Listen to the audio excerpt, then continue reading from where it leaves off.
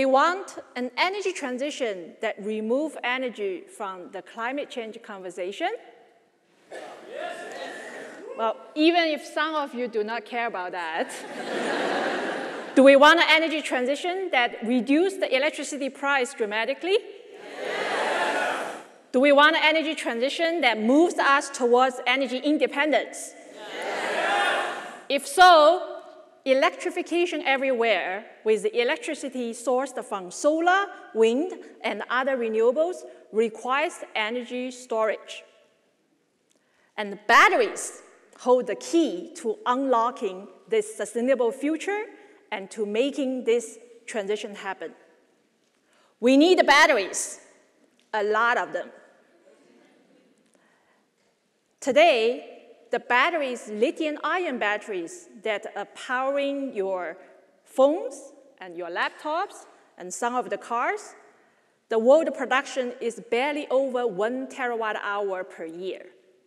And we need to do this 10 times more and fast. To help you understand what 1 terawatt-hour means, the United States requires us to produce 1 terawatt-hour to keep the country running for 1 single hour. So to accomplish the mission for deep decarbonization of our economy, we will need a few hundred terawatt-hour of batteries. Today, we only accomplished 1% of what we need. And this is a massive gap. And we must fill this gap in less than a decade. This is unprecedented in our history. However, I'm going to showcase today the case for hope. It can be done. The few hundred terawatt-hour is what we call the scaling gap, and comes down to critical factors that our rapidly expanding needs. First, our massive growing love for electric cars, and second, our shifting global renewable energy grid. Electrification, especially the electrification of vehicles, is gaining momentum. Electric vehicles are truly affordable and reliable means of transportation today. 2023 will be the first year more than 1 million electric cars are sold in the United States. That is about 6.5% of the total 16 million cars sold in this country. Globally, we're expecting by 2050, there will be 1.5 billion cars in the world. Clearly, we need 10 times more batteries to replace all the internal combustion engine cars. Transportation is responsible for 1/3 of the carbon dioxide emission in the United States. We estimate globally we need about 150 terawatt-hour batteries to meet the future demand of transportation. And as I said, right now, we're barely over 2 terawatt-hour. This is a massive gap to fill. The batteries that used in the electric cars, in fact, the EV success will rely on the advancement of the batteries. We have to store more energy in the batteries without sacrificing safety or cost. So imagine the batteries that we need in the next decade. We would like to have the batteries, and we must have batteries that allow us to have 500 miles driving range per charge, or charge it really fast within 5 to 6 minutes. And having a longer lifetime, battery life will be longer than the parts of the EV, and those batteries will be repurposed or recycled. Achieving these breakthroughs will accelerate the adoption of the electric cars and revolutionize the way we travel. So first, the scaling problem done. Let's now move towards grid-scale energy storage. We all know wind and solar, those renewable energies, provide us clean and virtually limitless source of energies for all of us. However, the intermittent nature of these sources imposes a significant challenge. Right now, we produce energy, we use energy as it is produced, with no ways to store the electricity outside our personal devices.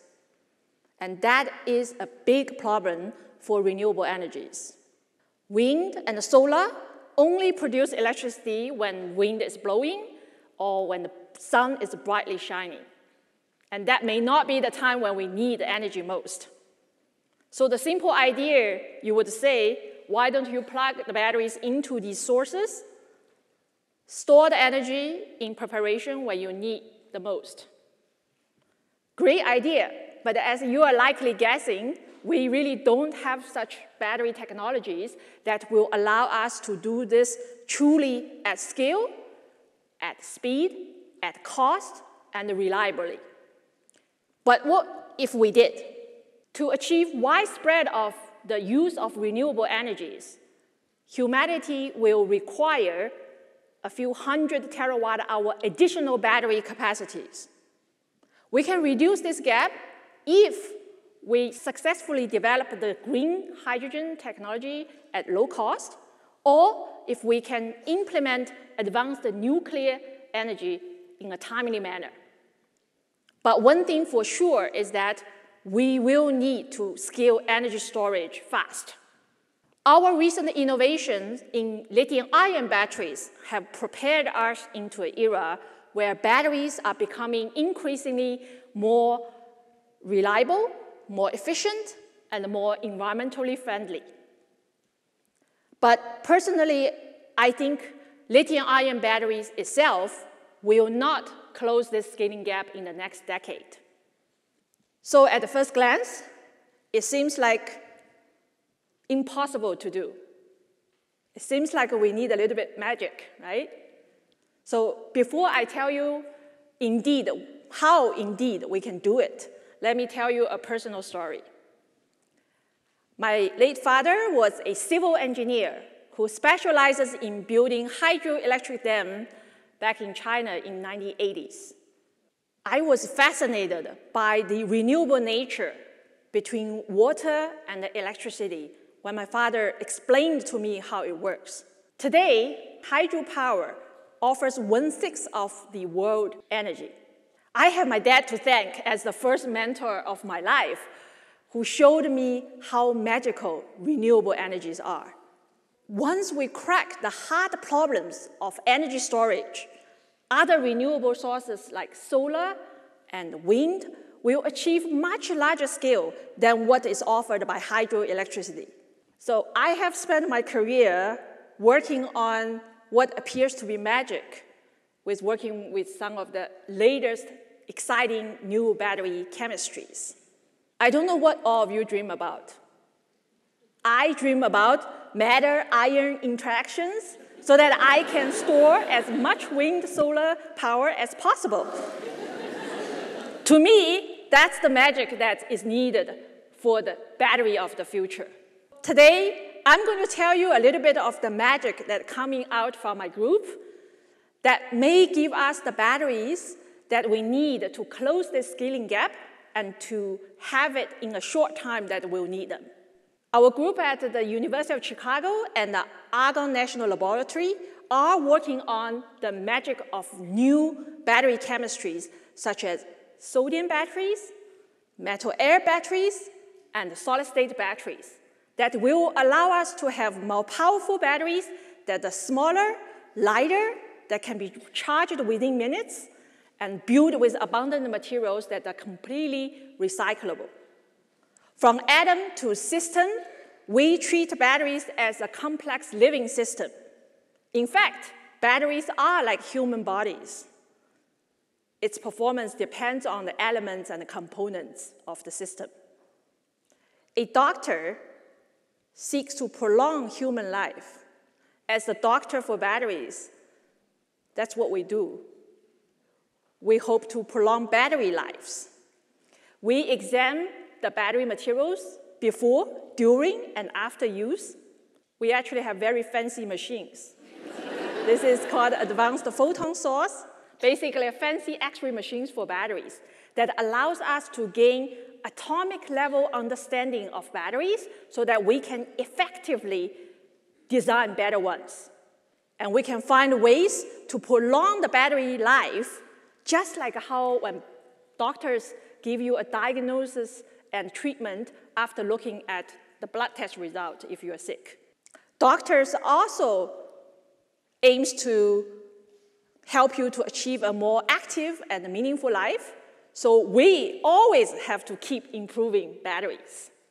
My group hosts one of the most advanced electron microscope, actually one of its kind in this nation, that will help us to decipher the secret of how materials can store more energies.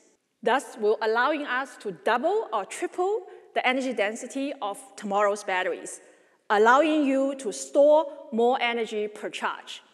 Great healthcare should also be affordable and accessible by everyone.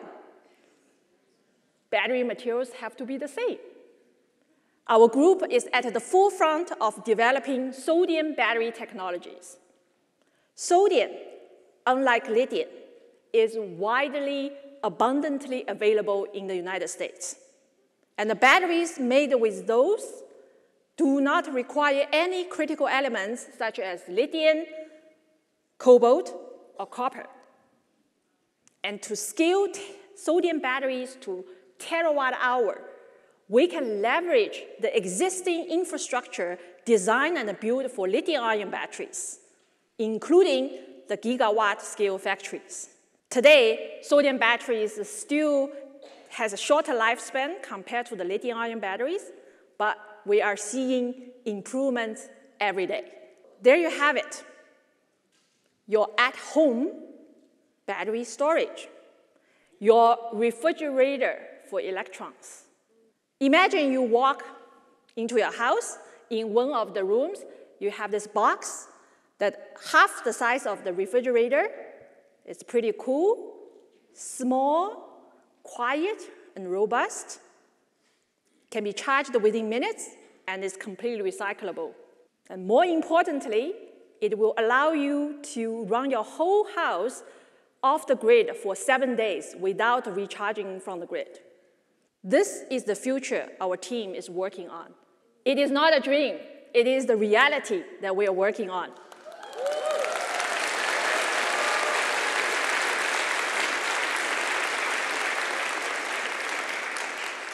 Such batteries will empower individuals and the communities to achieve energy independence, reducing our reliance on traditional power grid, and enable a true democratization of energy.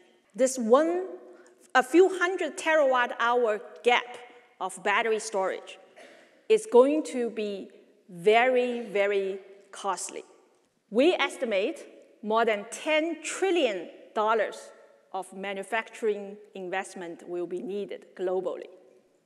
However, if we invest $1 trillion per year for the next decade, we are investing 1% of our economy to fill this gap. And this investment will ultimately save more than it will cost. So I stand in front of you today to make a pledge. We will keep innovating in cutting-edge battery technologies, discovering new chemistry, inventing new green manufacturing processes. I promise you, you are going to see an incredible transformation of the variety and the ubiquity of batteries in your daily life. We must inspire and train the next generation to make this transformation happen faster. Just as I ask the hundreds of my students and the postdocs, we must ask the rising generation of scientists and innovators this: keep innovating, keep collaborating, keep running a good race for better batteries. Don't pause until we reach the end of the destination. That is a world where renewables powers our lives, where sustainability is the foundation of our existence. and where we can pass on a healthier, more prosperous planet to future generations. We have only one planet of Earth. It is our responsibility to protect it. Thank you all.